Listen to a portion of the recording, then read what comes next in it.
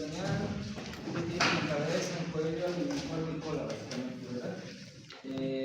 Dos funciones tiene. Básicamente tiene dos funciones, ¿no? Una función exocrina y una función endocrina. En la función exocrina está donde se secreta todo lo que vendría a ser las enzimas para digerir la grasa, digerir la proteína y digerir el carbohidrato. ¿Ya? En la función endocrina es la secreción de hormonas, básicamente. Y dentro de ellas son ciclos. ¿Cuántas células tiene históricamente hablando?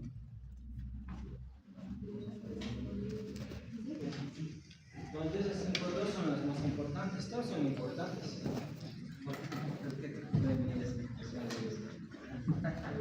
Células alfa, células beta, células más alfa, carbón, beta, insulina. Luego tiene el péptido inhibidor, el antidiurético, células beta. Eso ya vamos a ver. Aquí también lo está, ¿no? Pero nosotros lo que más nos interesa van a ser las células beta, porque el tema concierne a eso básicamente. Ya. Entonces, las células beta son las que a veces digamos su carencia hasta las 3. Bien. Vamos a ver. Entonces, eso ocurre básicamente, ¿no? Las células beta son, como dice aquí, básicamente corresponden, dice, hasta el 20%, ¿no? Las células beta, como ven, la disposición es muy bien distinta, como ven aquí. Miren, células beta son estas cositas. Pondremos esta es la primera célula, ¿no?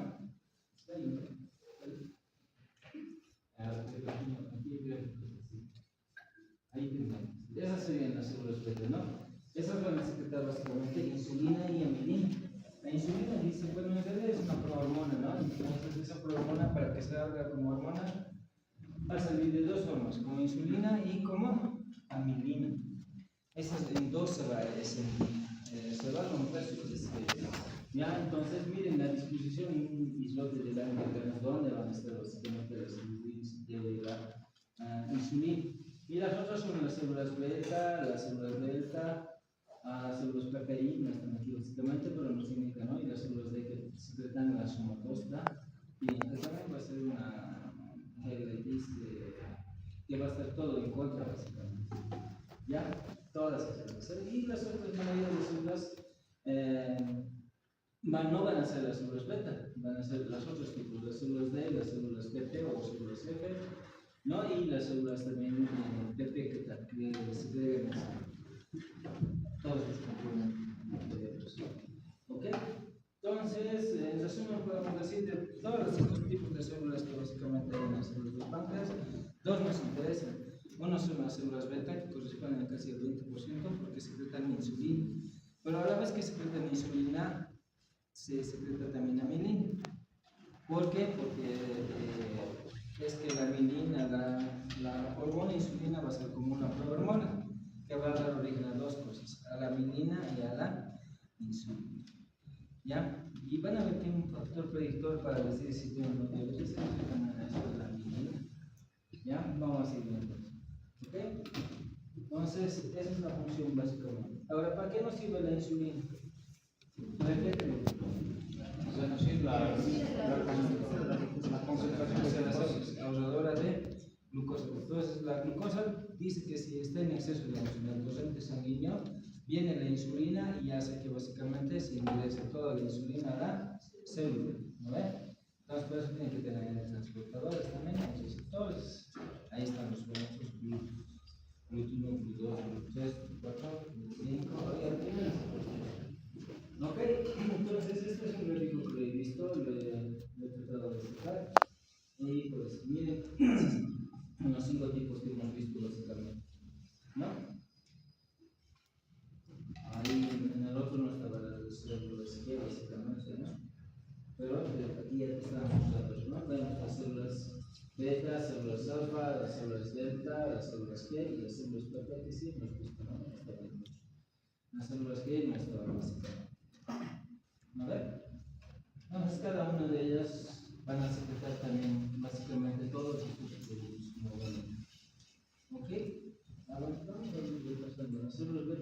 tenemos?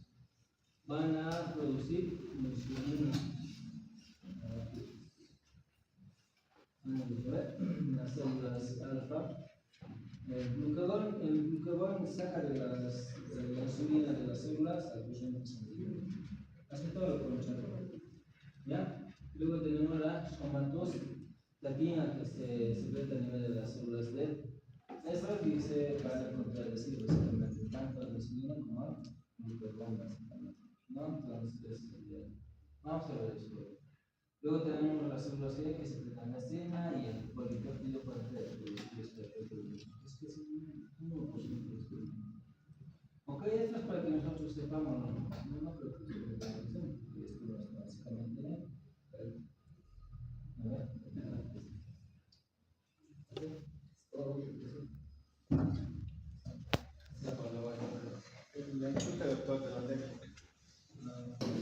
ver, ahora, ¿cómo se produce la secreción básicamente de insulina?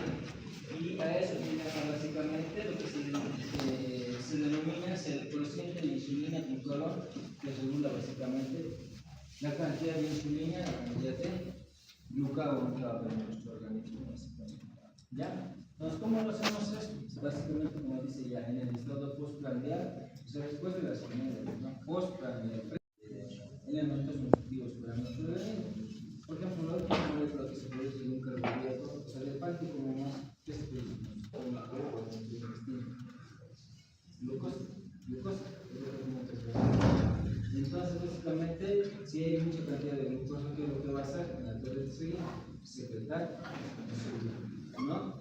Y el cuerpo presenta anabolismo neto. Entonces, en ese sentido, como que hay mayor secreción. Se toma mucha cantidad de azúcar, de carbohidrato, en secreción de insulina. Ya, y con carbohidrato me refiero a todo, o sea, comer papa, arroz, todo lo que tenga básicamente azúcar, ¿no? Todo lo que tenga un componente de carbohidrato, ¿no?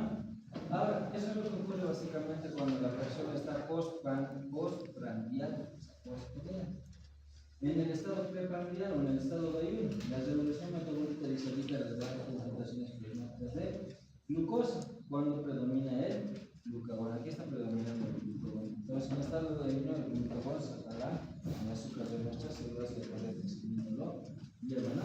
Y cuando predomina el glucagón, el hígado utiliza el glucógeno al intermediarios distintos de la glucosa para sintetizar el glucosa y liberarlos a la sangre. Ya se había dicho, no conozco la forma de ahorrarse la glucosa, es básicamente como glucógeno. Anteriormente estaba relacionado. El glucógeno es la forma de ahorrar básicamente, o de depósito, si ustedes quieren, de glucosa. Y es que se deposita en el hígado. Y el otro restante se deposita en la masa muscular. Dos lugares se depositan: masa muscular e hígado. Y todo lo que sobra se transforma en grasa. ¿Qué es lo que hace nuestro organismo? El glucagón dice, actúa y dice al hígado por darme el glucógeno para que se transforme en glucosa. Entonces, nuevamente en esta corriente, eso es en situación preprandial o en situación de ayuno. ¿Ya? Porque cuando es postprandial estás consumiendo comida, pues, y se digiere eso, y se va a transformar. Ya, entonces, esa es la regla, glucagón, insulina, ¿no? Entonces, miren, en el estado de ayuno domina el glucagón. ¿Qué produce? Glucogenólisis. El glucógeno se parte y se forma glucosa, por su lisis es eso, ¿no? Y aumenta la gluconeogénesis, formación de glucosa a partir de los elementos que no hacemos en la microbiología. Neo, puede formarse a partir del lípido de la proteína que funcionó básicamente, pero hay una célula que no las hace, se requiere de glucosa de calidad. Y aumenta también la cetogénesis, no básicamente los cuerpos que tienen inflamación. Y a partir, está diciendo aquí directamente que está formando glucosa a partir de los lípidos. ¿Ya? Y cuando básicamente ya has comido y predomina la insulina, hay aumento de la oxidación de la glucosa. químicas. La glucosa que está en la corriente sanguínea va a pasar al interior de las células. ¿No? Aumento de la síntesis de glucógeno, porque si sobrepasa la cantidad necesaria de la que se ha dicho, tiene que guardarse. ¿Y cómo se guarda? No se guarda como glucosa, sino se guarda como glucógeno. ¿No? Aumento de la síntesis de grasa, porque el hígado y la masa muscular tienen un porcentaje de cantidad, digamos, para guardarse. Y bueno, aumenta también la síntesis de proteínas. Entonces, ese es el desbalance, no es desbalance, digamos, es cómo se maneja tanto la secreción de la insulina como la secreción del glucagón, tanto después de las comidas y antes de las comidas. ¿Ok? Eso ocurre. Entonces, este es el efecto básicamente de concentraciones de glucosa, insulina y glucagón antes y después de las comidas, básicamente, ¿no? Concentración plasmática mide en cuartos de la masa plasmática de insulina y concentración plasmática de glucosa. ¿Ok? Tanto es, dice, antes y después, básicamente. Nada más, básicamente, estamos viendo, ¿no? ¿En cuánto tiempo esto va a producirse? Esto lo vamos a entender con un gráfico que le he puesto al último. En una hora dice de glucosa cuánto va a haber, cuánto se va a asimilar en nuestro cuerpo. ¿Ok? Como vemos aquí, la concentración plasmática básicamente de insulina es elevada. ¿Por qué? Porque tú has debido tomar algo, algún alimento.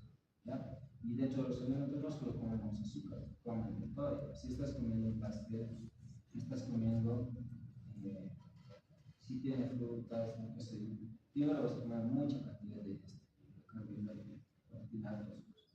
Luego vas a comer grasa. La leche siempre tiene leche morena, cuando hay aceite, proteína va a estar dentro de las frutas y vas a llegar a consumir. ¿No? Entonces, ese es el dolor. ¿Ok? Y cuando no hay comida, básicamente, y decía, la cantidad básicamente de glucagón es la que va a subir. ¿Por qué? Porque estás en ayuno, básicamente, ¿no? Necesitas este alimento. Y saca de tu propio organismo, de tu propia célula, ¿no? Y se va a ir incrementando la cantidad de azúcar de célula. ¿Vale?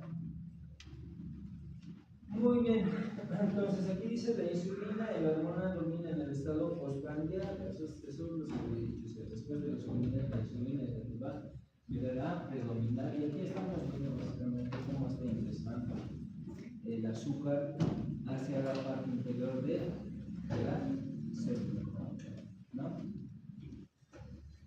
Ahorita vamos a ver esto. La porción lateral y tenemos la bomba de sodio y potasio, donde nace la bomba de sodio o potasio, ¿no? Y el transportador del grupo que se había dicho, ¿no? Dentro de ellos estamos hablando entre el GLUT1 y el GLUT2. ¿Ya? Gracias a esos transportadores van a entrar a las células. Si no existe eso, no entra. No entra. Y puede haber patologías también. Y eso nosotros lo vamos a denominar algún tipo de resistencia a la insulina, porque la insulina no está ordenando básicamente y haciendo más por alguna razón, ¿no? Y hay distintas causas dentro de ello. Ya, por ejemplo, dentro de lo que podría pasar, digamos, cuando no hay mayor cantidad, digamos, de insulina. Tenemos aquí la insulina. ¿Qué tipo de hormona es? La anterior la hemos visto. Se clasifican las hormonas, ¿no? Y se clasifican también de acuerdo a su receptor. O sea, tres tipos de receptores vamos a escoger para las hormonas, ¿no? Y sus receptores siempre van a ser en las células. El primer receptor va a ser ¿dónde? A nivel de la membrana celular. El otro va a ser en el citoplasma y el otro es en el núcleo. Es la única manera en la que va a actuar una hormona. Es la única manera. Ahora tenemos que ver, digamos, cómo actúa aquí la insulina. Es de membrana, esa en el citoplasma o básicamente es en el núcleo. Ahí en el núcleo lo vamos a descartar ya, porque en el núcleo básicamente tienes las aminas, las que tienen como ejemplo glucomina. Estamos hablando de la glándula tiroides, ¿no? Es una producción, ¿no? Entonces ellos van a ir a todos básicamente de nivel, ¿no? Se clasifican, ¿no? Porque otros tienen núcleos de mina, núcleos de colesterol, ¿y qué más tienen? Núcleos de polipéptidos y proteínas, como así se clasifican, en la primera parte, ¿ya? Entonces, miren, vamos viendo aquí que dice el aumento de aminoácidos plasmáticos y el aumento de las concentraciones plasmáticas de aminoácidos después de una comida también desencadena la secreción de insulina. Entonces, en la parte postprandial estamos hablando. ¿Por qué te dice eso básicamente? Porque consumes tu cara, ¿no? ¿Qué comes? Sopita de fideo. La sopita de fideo si tiene huevo, tiene carne, va a tener proteína. La sopa como tal va a ser básicamente carbohidrato y la proteína va a ser la carne, básicamente el huevo duro que van a consumir. Si comen solo la cara, si comen la yema más, pues va a tener líquido. Ahora, la sopa de fideo que tiene maní y líquido. Los tres componentes. Ahora, con respecto a los aminoácidos, ¿de dónde vienen? Básicamente van a venir de la carne o del huevo. No por eso, o sea, ¿cómo se conforma una proteína? ¿Qué es una proteína en realidad? Primero, un grupo de aminoácidos va a formar péptidos. Grupo de péptidos va a formar polipéptidos. ¿No ves? Y un grupo de polipéptidos va a dar origen a lo que es una cadena de proteínas. Entonces, el origen va a ser un aminoácido. Entonces, a la larga, cuando nosotros comemos proteínas, ¿cómo se va a asimilar en nuestro intestino? Como más, ¿no? Así. Ya, eso que estoy diciendo. Ya, luego tenemos también el otro efecto, ¿no? De antealimentación de la hormona, dice, ¿no? Actividad, bueno, estas son básicamente las situaciones en las que van a estar inmiscuidas, ¿no? Para la situación básicamente de lo que vendría a ser el aminoácido, de la insulina, ¿no? Dentro de ellos tenemos también la actividad parasimpática y la actividad simpática. Es algo donde no está básicamente, ¿no? La actividad parasimpática es la que mide todo, ¿no? La que activa todos, la simpática.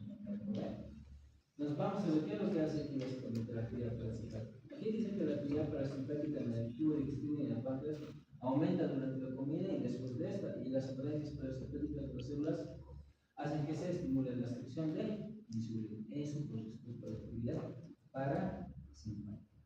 ¿Ok? Con respecto a la actividad simpática, ¿no? La secreción de insulina es inhibida, básicamente. Inhibida. El parasimpático la activa y la simpática la está inhibiendo, ¿no? Por las neuronas simpáticas, ¿no? En periodos, ¿no? De estrés, básicamente aumenta las afferencias simpáticas. O cuando, digamos, la persona no tiene ninguna situación de estrés, es inhibida. Pero en situaciones de estrés, se va a aumentar las afferencias simpáticas lactantes, reforzando la liberación de catecolaminas. Más de catecolaminas. ¿Qué son las catecolaminas? Adrenalina, noradrenalina. Básicamente, ¿no? La adrenalina y la noradrenalina. De ella la más importante es la adrenalina, ¿no? De forma funcional. Pero lo que más se va a producir básicamente es la noradrenalina. Obviamente las nerviosas simpáticas. ¿Por qué? Porque es sintiéndose, dan origen a la adrenalina. La noradrenalina da origen a la adrenalina. ¿Ok? Eso ocurre. ¿Ya? Muy bien, entonces seguimos con la estimulación para la secreción de insulina, básicamente. Uno de los requisitos es que aumente el azúcar en la sangre. Si aumenta el azúcar en la sangre, pues seguro que va a secretarse insulina. El otro va a ser aumento de aminoácidos, aumento de grasa, ¿no? Todas ellas básicamente van a hacer que se estimule la secreción de insulina, ¿no? Aparte de eso, también dice el glucagón, el GIP, la somatotropina, el cortisol, hacen que aumente la insulina, ¿no? Entonces, es bien interesante esta parte básicamente, ¿no? ¿Por qué tirar aminoácidos grasas? Porque dentro de nuestra comida siempre comemos eso. Proteínas, lípidos y carbohidratos. Eso es lo que comemos más fácilmente. Luego tenemos las vitaminas y los macro y microminerales, ¿no? Y llegamos a consumir las cosas. Bueno, con respecto al glucagón, eso no nos corresponde. Pero miren, aquí ya nos está diciendo qué tipo de mecanismo mantener y qué tipo de receptores. La insulina tiene un receptor de producción sinasa y el glucagón tiene un receptor de mecanismo de la cíclico, ¿no? Entonces, ¿cuándo se va a producir mayor cantidad de glucagón? Es cuando disminuye la glucemia, ¿no? ¿Cuántos son los valores de glucemia? De 70 hasta 100, 110, 150 miligramos por decilitro. Ya estamos hablando. Entonces, si disminuye, entonces nuestro cuerpo requiere glucosa y dice, no, empezar a recorrer sanguíneos, ¿no? Y el otro también va a ser el aumento de los aminoácidos y la CCK o la insulina y la noradrenalina, la adrenalina y la aspirina. Esos son simpáticos, no son catecolaminas. No es que la ACH,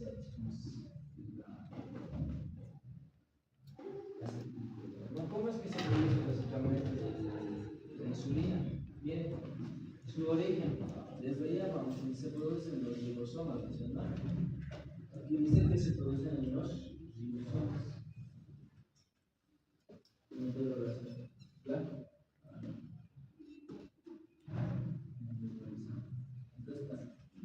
Entonces se producen básicamente en los ribosomas, como estamos viendo, luego van a guardar aquí, se traducen en los ribosomas oculares, ¿no? Luego se traducen en insulina, luego se forma la hormona insulínica, luego se envía la hormona insulínica, ¿no? Esta hormona insulínica que tenemos que estar considerando que es el luego se desdobla en el tronco, ¿no? Luego va a pasar esta hormona, por ejemplo, dice que tiene 11.000 kilómetros, ¿no? Básicamente, ¿no? Y luego pasa al aparato de Golgi, en el aparato de Golgi luego recién sale una insulina y que tiene una cirugía plasmática de aproximadamente de 6 minutos. No, miren, tienen estas prohormonas o pretohormonas, como les he dicho, sus pesos van a ser básicamente mucho más elevados en relación básicamente a la insulina, ¿no? Como tal. Ahora miren, no solo se está produciendo insulina, ahora esas decisiones se están haciendo acá y acá, se están cortando. Entonces, este para mí sería el origen de toda la insulina. Una cosa sumamente grande. Pero lo que sale es algo más pequeñito, básicamente. Por eso es una prohormona, una prehormona y evolución a la hormona. 3 pasos. Ahora en el momento, paréntesis 2, prohormona y hormona. No, prehormona. ¿Ok? De ahí básicamente. Entonces aquí tenemos ¿qué tiene básicamente? No tiene péptidos, sino cuántos péptidos tiene básicamente 51 péptidos, no biosíntesis. Péptido, bueno, transporta en la circulación, disuelve en el plasma, se elimina básicamente de 5 minutos. Factores que le liberan, aumento de la glucosa, básicamente, aumento de aminoácidos. No quiere el GLP-1, ¿no? ¿Se acuerdan? Reflejo de anteroalimentación, la fibra todas estas cosas. ¿Dónde tiene que ir a actuar básicamente? Células de tipo diana. Básicamente dicen a nivel del hígado y el músculo tejido. Cerebro, riñón, intestino. No es el mismo, es dependiente. No receptor diana, receptores de membrana o receptores de membrana con actividades, ¿no ven? De tirosina, ¿no? Y es con sustrato del receptor de insulina. Entonces ahí sí que van a estar sus receptores, ¿no? Acción tisular corporal, disminución de la glucosa plasmática, transporte hacia el interior de las células, ¿no? Aumento del metabolismo de glucosa, ¿no?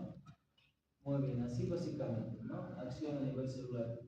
La acción a nivel celular, lo que he dicho básicamente es que eso es a nivel del hígado, ¿no? Que la glucosa se tiene que depositar en forma de glucosa. Por eso está llegando a aumentar la síntesis de glucosa, el metabolismo anaeróbico de glucosa, básicamente, ¿no? Y acción a nivel molecular, y esto en bioquímica se lo ¿no? Introducción de transportadores GLUT4 en las células musculares y glucosas, ¿no? Modifica la actividad enzimática, ¿no? A nivel de las células musculares y glucosas es el GLUT4, básicamente. Está en resumen, pero para eso ¿no? Regulación, ¿qué tipo de regulación? Habíamos visto que hay dos tipos de retroalimentación para todas las hormonas. Una va a ser positiva, retroalimentación negativa.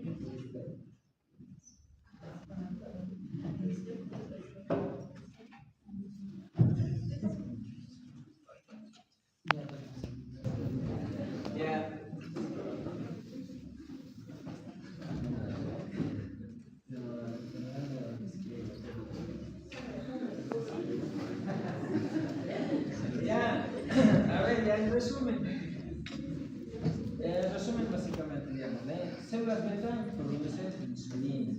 ¿Por qué se produce básicamente la insulina? Porque en el torrente sanguíneo hay menor cantidad de azúcar. Es la principal razón. Pero como hemos visto, hay aumento de glucosa, bueno, muchos otros más. ¿Ya cuánto es la solubilidad de la glucosa? Básicamente 16 minutos. ¿Dónde se produce básicamente la glucosa? Se produce en las células beta, ¿no? En el retículo endoplasmático, donde se produce producción con una prehormona, o semicomplexos, una prehormona. Después de esa prehormona va a formarse la prehormona de 9500 y luego recién sale básicamente la hormona, básicamente que va a tener 51 aminoácidos. ¿Dónde va a salir? En la misma célula beta, pero a partir del aparato de Golgi. Ya, por eso está aquí por el Golgi y sale básicamente. Y tiene que salir. ¿Dónde va a actuar? En todo nuestro organismo básicamente actúa, pero especialmente en el nivel de la masa muscular, porque ahí es donde básicamente se tiene que guardar la glucosa, pero para eso tiene que transformarse esa glucosa. ¿Ya? Ahí dice también, cuando digamos ya no hay, de 3 a 5% es el hígado, de 3% es la masa muscular. Cuando ya ocupa toda su capacidad, entonces, ¿qué tiene que transformarse? En grasita. Eso es lo que ocurre básicamente, ¿no? Eso es lo que va a ir. Ahora sus receptores, miren, van a tener receptores básicamente de membrana, inactividad, tirosina y sinapsis. Les he dicho que había solo 3 receptores nomás para todas las hormonas. Todas las hormonas solo tienen 3 tipos de receptores. O va a estar en la membrana, o va a estar en el citoplasma, o va a estar en el núcleo. Este que está en la membrana, pero tiene actividad tirosina y sinapsis. ¿Ok? Tiene sinapsis. Muy bien, a ese nivel básicamente, ahí si actúa ese receptor, te está diciendo, digamos, a nivel molecular, a nivel de la célula. A nivel molecular, para que ingrese la célula, tiene que actuar a nivel cuántico. Eso es. ¿Ya? La retroalimentación. La resolución de la retroalimentación, disminución de la glucosa plasmática, suprime la sección de insulina. Ahora ustedes digan, una retroalimentación positiva, una retroalimentación negativa. Porque eso de retroalimentación también lo van a conocer con el nombre de feedback. Y ese es el feedback. Cuando dicen feedback, te están diciendo retroalimentación. Son dos cosas, o es positiva o es negativa. Ya, pues, positiva es que se implementa más en esta respuesta. Negativa es que ya no se produce. Así. Ya, así nomás. Tiene también, dice, en relación con la hormona de crecimiento, así hemos visto sin la hormona de crecimiento, sin la acción de la insulina, no tiene succión. Forma adecuada. Ya que la insulina, aparte de todos los tejidos, vuelve a crecer básicamente, ¿no? Y el antagonista va a ser, en este caso, el cortisol, ¿no? Y aquí vamos en otro gráfico como la insulina.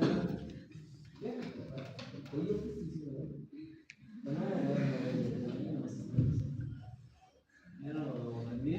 ¿cómo se mueve?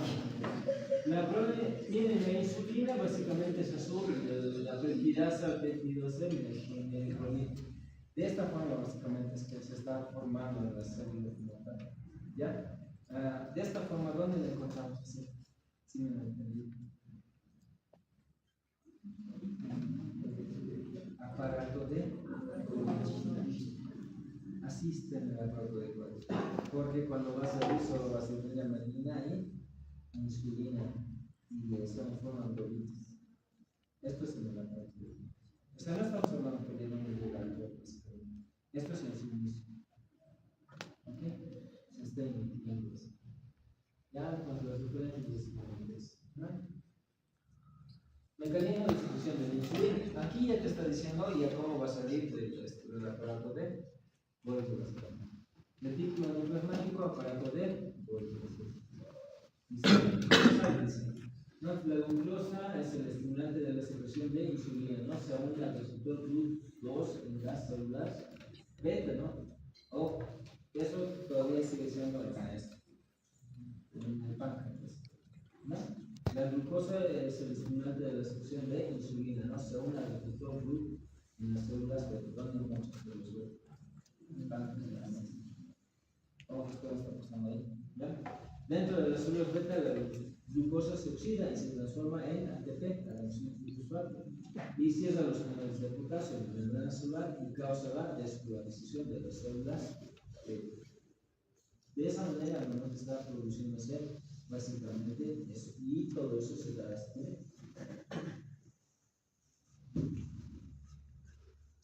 ¿ya? Y luego ya va a producir la salida de insulina. Se van a formar pequeñas vesículas, igual que las acetilcolinas se forman pequeñas vesículas, y va a salir insulina al torrente sanguíneo. De esa forma, ¿ok? Vamos a ver dónde están los canales de potasio, y están los canales de potasio específicos de la adenosina de fosfato. Y el calcio va a entrar básicamente porque sin la área del calcio no se va a hacer de básicamente esas vesículas. ¿Ok? Ayuda en esas. ¿Ok? De esta manera, este grafiquito es el y aquí está el famoso receptor GLUT2 de la glucosa. Para que se GLUT2 y la glucosa. En la célula, es una célula. ¿Ok? Entonces, ¿qué es lo que decíamos? La glucosa estimula la secreción de insulina, básicamente, y se une al receptor GLUT2 de la célula beta, ¿no? Dentro de la célula beta, aquí dentro, ¿no? La glucosa se oxida y se transforma en ATP, ¿no? Que cierra, que está cerrando los canales de potasio en la membrana celular y causa la despolarización de las células beta, y no solo eso, ¿no? Va a entrar también en calcio. ¿Para qué? Aquí está despolarizando y está entrando calcio. ¿Para qué? Básicamente el calcio ayuda a la formación de las vesículas o gránulos de insulina, y luego posteriormente se salga de la célula. Ya se hace el esto ya está salido. Los medicamentos. Ahí esto ya es la formación de medicamentos, ¿no? Las sulfoniluria, también la actividad, estimulan la secreción de insulina, ¿no? Mediante el cierre de los canales de potasio. Entonces van a cerrar aquí también, van a activar esta parte. Cierra el canal de potasio y hacen que se secrete mayor cantidad de insulina. Lo mismo, ¿no? Uno de los procesos sumamente importantes es la despolarización, básicamente, ¿no? Y esa misma despolarización dice que abre los canales de calcio intracelular y luego se produce lo que es la secreción de insulina. Ya, eso es entonces, esto se produce básicamente a nivel de las células beta. Ya, células beta del páncreas. No hay otras más células beta, ¿no? Así se está secretando. Ya no el único lugar que se tiene que secretar es ahí, de ahí está saliendo básicamente. Bueno, de ahí está. Entonces, de esta manera es cómo sale básicamente, cómo le está estimulando las células. Entonces la glucosa va a ir a su receptor GLUT2. El receptor GLUT2 ¿dónde se concentra? En el páncreas, es algo grande. En el páncreas. Y en el páncreas hay células. ¿Y así se trata? Porque ¿cómo se trata? En el páncreas, en las células beta está como prehormona, prohormona, y el último presente como hormona. ¿Es necesario el calcio? Sí, para formar esas vesículas. Ya estamos viendo aquí la carrera que más utiliza despolarización, ¿no? Básicamente esa es su acción, básicamente más una restricción de insulina mediante el cierre de las canales de potasio. Y de eso se explica. Ahí va a haber también despolarización y entrada del calcio para que se formen pequeñas vesículas. Ese es el mecanismo básicamente para producir, ¿no? Esquema del receptor de la insulina. Aquí el receptor, y este es fuera básicamente, ¿no? Bien, una vez que la insulina está fuera, nos tiene que ir a otros lugares de la insulina. ¿Me están entendiendo? Hasta ahí no veo más. Hasta ahí, o sea, lo que está haciendo el azúcar está diciendo, ve a salir insulina, y para eso le ha ido a tocar su puerta al páncreas. Y el páncreas le dice, de esta manera sale, de esa manera les voy a explicar cómo se Una vez que está en el torrente sanguíneo, va a ocurrir esto, ¿no? Esta dice que está presente en los tejidos diana de la insulina, tejido de la insulina, que es un tetrámero con dos subunidades, ¿no? Alfa y dos subunidades beta, ¿no? Las subunidades alfa se localizan en el lado presural de la membrana celular y las unidades beta atraviesan la membrana celular y poseen actividad de tirosina.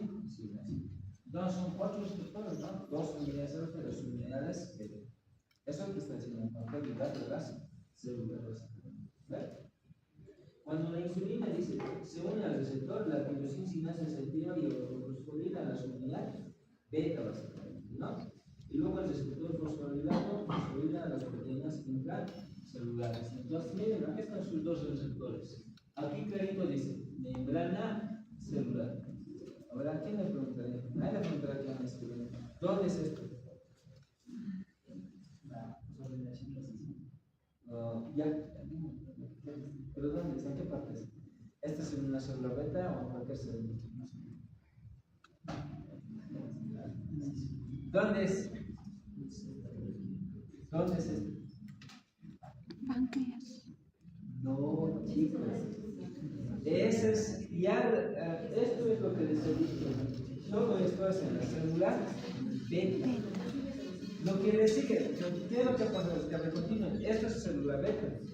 De la célula beta, ¿dónde va la insulina? Torrente sanguíneo, a la sangre.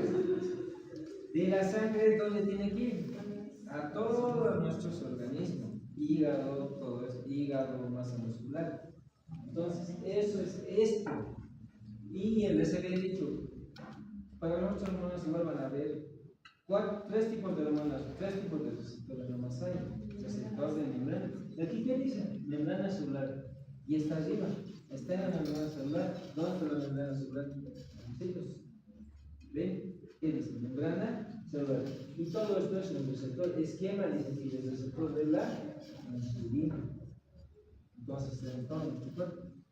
Ok, esa membrana, ese receptor dice básicamente tiene 4 subunidades. 2 subunidades alfa y 2 subunidades beta. Estas son las 2 subunidades alfa. 1, 2. Las beta. 1, 2. Y estas betas dicen que tienen reacción tirosina sinasa. ¿Ok? Por eso estamos viendo esta parte. Esta parte no se escribe esa parte. ¿Bien? Aquí. ¿Ok? Entonces, hasta aquí, ya habían entendido el modelo. O sea, ya pasó el otro y olvidé hacer insulina, pero de la célula beta. Esto es cuando ya están en el torrente sanguíneo, tiene ya se ha dicho, tiene que unirse. ¿A dónde tiene que unirse? A sus receptores. Y aquí están sus receptores, básicamente. ¿Y qué es lo que pasa aquí? Miren, una vez que se ha unido, básicamente, esta es la insulina. Esta cosa que tiene la insulina, ¿no ves? Está bien a su receptor. Ahora, los complejos de insulina receptor entran en las células diana. Esta es una célula diana. ¿Y la célula diana dónde se encuentra? Hígado, masa muscular, todo el cuerpo. ¿No ven? Todo el cuerpo. ¿Me entienden? ¿No veo? Ok, ya. Si no entienden, vuelvan a la verdad. La insulina regula, dice, a la baja sus propios receptores en los tejidos dianos. ¿No? Por lo tanto, el número de receptores de insulina es mayor en el ayuno prolongado y menor en la obesidad, básicamente, ¿no? ¿Qué es lo que ocurre en esto? Esquema de un receptor de insulina, ¿no? La insulina, dice, se une a la subunidad alfa. Aquí se está bien. Esta es subunidad alfa. ¿No? Del receptor que determina la autofosforilación de la subunidad beta. Esto se va a autofosforilar, básicamente, ¿no? Esta a su vez induce una actividad de tirosina sinasa. Aquí está la actividad de tirosina sinasa, ¿no? ¿Qué hace la actividad de tirosina sinasa? La actividad de tirosina sinasa del receptor desencadena una cascada de fosforilación celular que aumenta o reduce la actividad de la enzima mediadora de los efectos de la glucosa sobre el metabolismo de los glúcidos, lípidos y proteínas. ¿Qué es lo que puede llegar a reducir? El transporte de azúcar hacia el interior de la célula.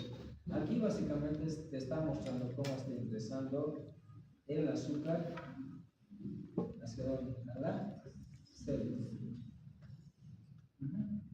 Eso es. ¿Ya? El otro hemos visto en la célula beta cómo el azúcar estimula a la célula beta para que secrete insulina. Aquí es para que secrete insulina. Y aquí es el secretado la insulina. Pues la insulina tiene que ir a su tejido vía la ¿ya? De esa manera. ¿Ok? Entonces, ¿qué va a producir? Miren, está el transporte de glucosa, síntesis de proteínas, síntesis de grasas, síntesis de glucosa, crecimiento y difusión, química básicamente. Todo se va a llegar a producir. Cuando veamos esto, pero leamos, chicos, si no leemos, no bien complicado.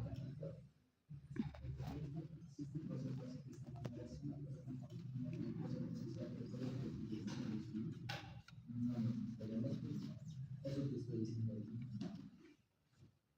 Con tu concepto, básicamente, todos los que comen harta comida van a ser gorditos y posiblemente lleguen a diabetes. Y no hay gorditos que tienen diabetes. No puede ser un 10% de ser, pero hay son gorditos, pero de pronto tienen diabetes. No, hay otros contactos para eso. Entonces, ¿qué es lo que ocurre cuando consumimos mayor cantidad de carbohidratos? Lo que ocurre es que va a seguir aumentando de exceso. ¿No? Ahora, la resistencia a la insulina tendría que darse como dice a este nivel. Ya se entendió esa parte. Resistencia a la insulina es cuando este receptor, esta insulina, esa que es el secretador, no se puede ayudar a un nivel. Y no este ordenador que se capte azúcar, entonces el semino al interior de la. Tendría que tener otras cosas como una manchita en el y también es especial de gusto. Papás, mamás, tenemos que tener esa patología. ¿No? ¿Qué es la manchita de la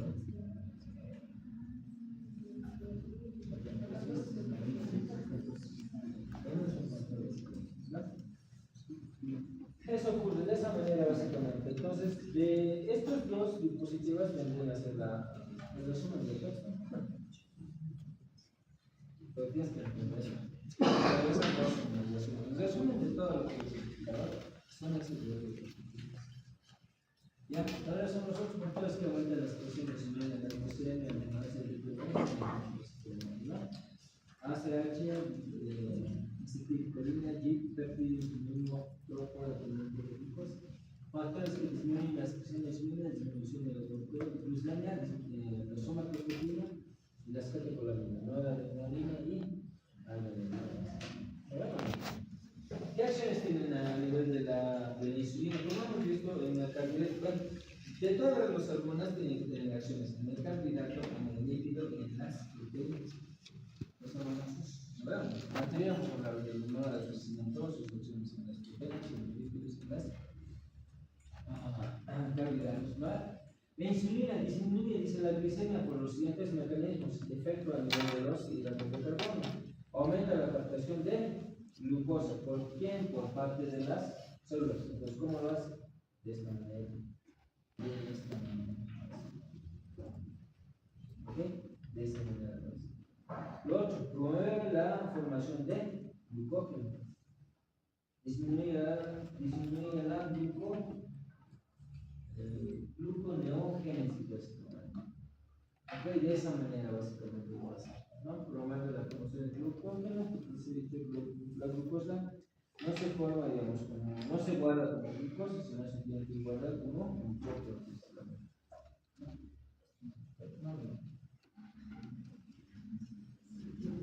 Eso ocurre básicamente de esta manera. ¿Ok? Nivel de glucosa.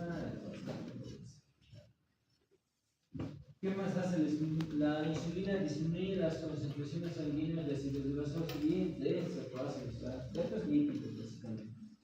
¿No? En el tejido adiposo, la insulina estimula el depósito de grasa o inhibe la lipólisis. O sea, dice que se coloque mayor cantidad de grasa y dice que no, la grasa no tiene que fragmentarse. En este caso no es por oxidarse, se tiene que oxidar. Nos puede se inhibe la lipólisis, porque de alguna manera la insulina va a hacer que seamos más gorditos. ¿No veamos? Vamos a entender.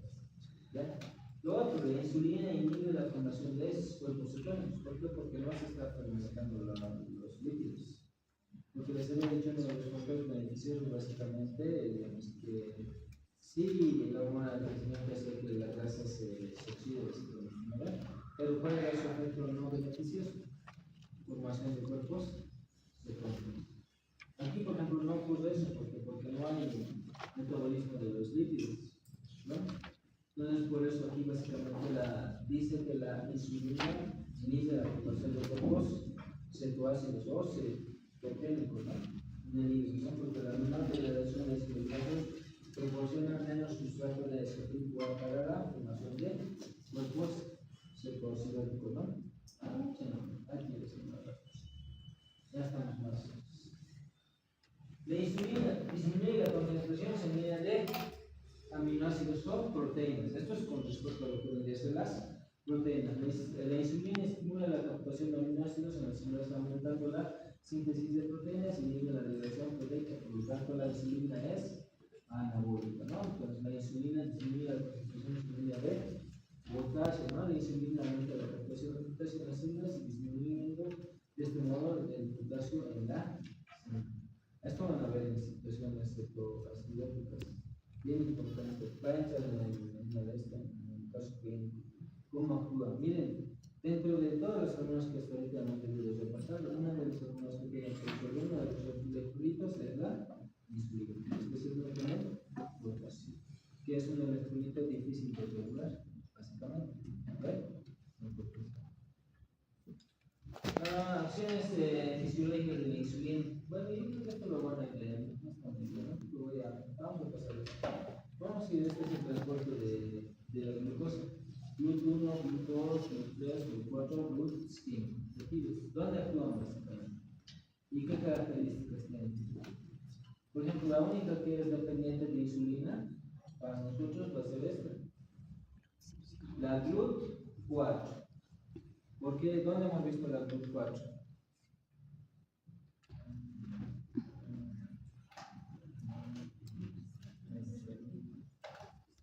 Las células diana, básicamente, ¿verdad? Células diana. Porque en las células beta básicamente atraen GLUT2. La glucosa estimulaba el GLUT, la receptor GLUT2 que se encuentra en las células beta para que se secrete insulina. ¿Ok? Muy bien, ya esto pasamos a cosas. Ya ves que es la diabetes es un síndrome metabólico caracterizado por la alteración del metabolismo de los hidratos de carbono, grasas, proteínas, ¿no? Y por la falta de secreción de insulina. Una cosa que pasa en clases es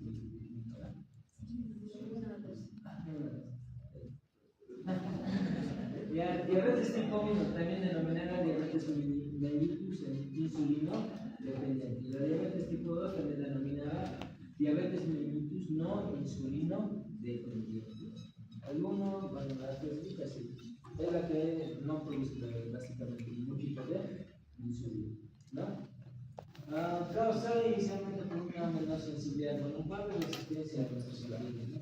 Vamos bien, el tiempo de la comunicación, muy buena. Aquí, diabetes tipo 1, ¿no? Deficiencia de producción de insulina, ¿no? Por las células beta del páncreas. Suele comenzar, dice, a los 14 años de edad, ¿no? En Estados Unidos, se conoce también por eso como diabetes juvenil, básicamente. ¿Ya? ¿Qué puede provocar, qué puede producir a cualquier edad?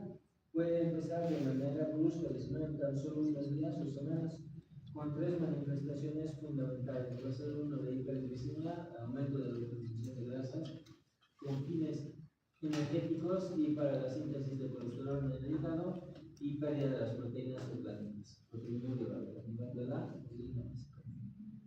Ya puede haber eso. Eso es para la diabetes tipo 1 o juvenil.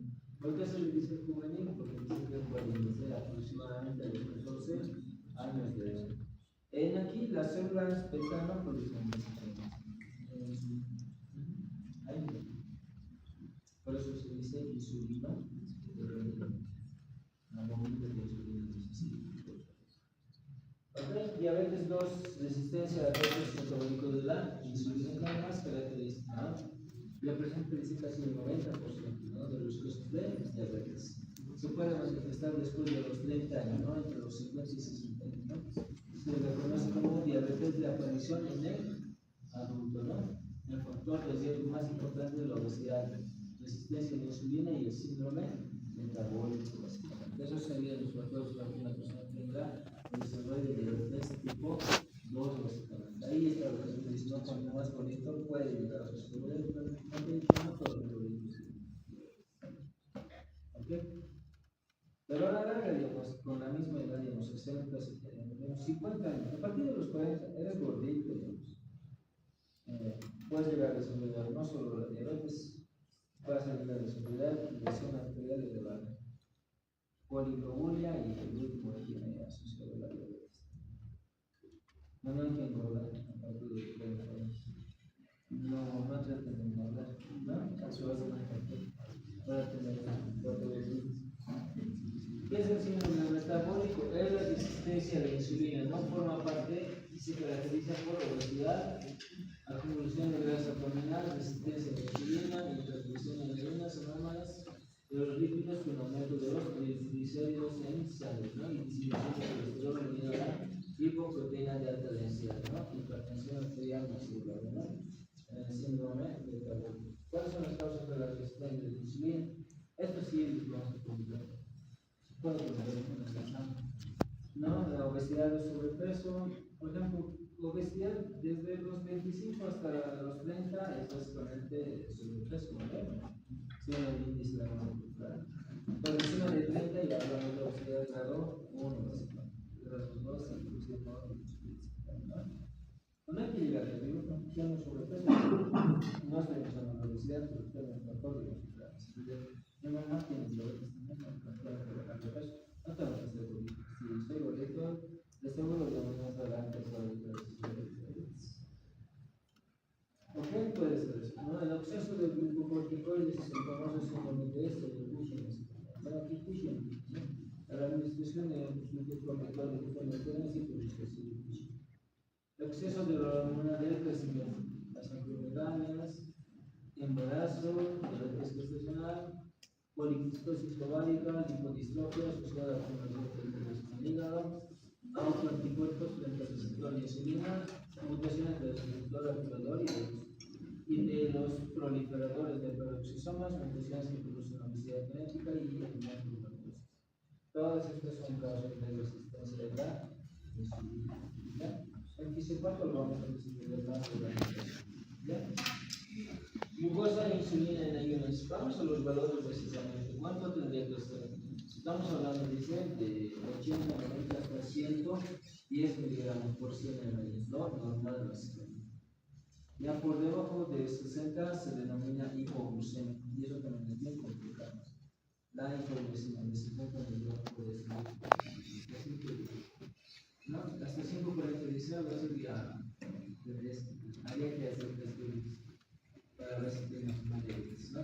Peor todavía si tienes el olor de aliento acetona, ¿no? Las pequeñas cantidades de ácido acetocético en la sangre se transforman en acetona y huele como vinagre o a manzana, es lo que hemos dicho en el anterior, ¿verdad? En la anterior la formación de cuerpos cetónicos dan esta olor, como si tuviera vinagre de manzana. Es por eso es.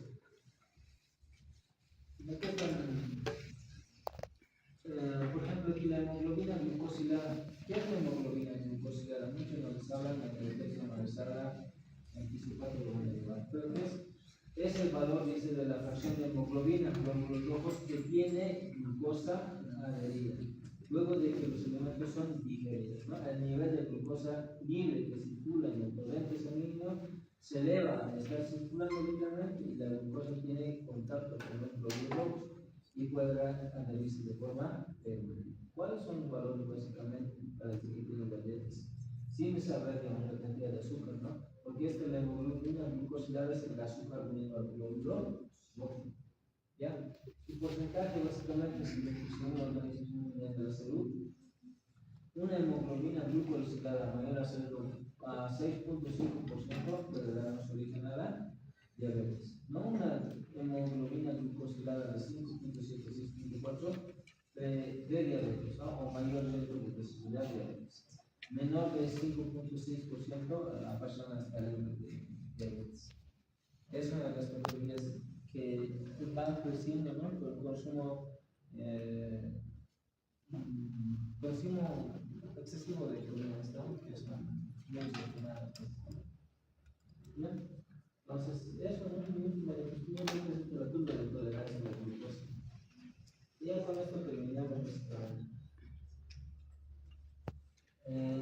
Miren, los valores de referencia en los 0 minutos, ¿cuánto va a ser la glucosa? De 70 a 100 miligramos, el 20 minutos de 120 a 170, el 60 minutos de 100 a 140. ¿No? Este es un factor básicamente.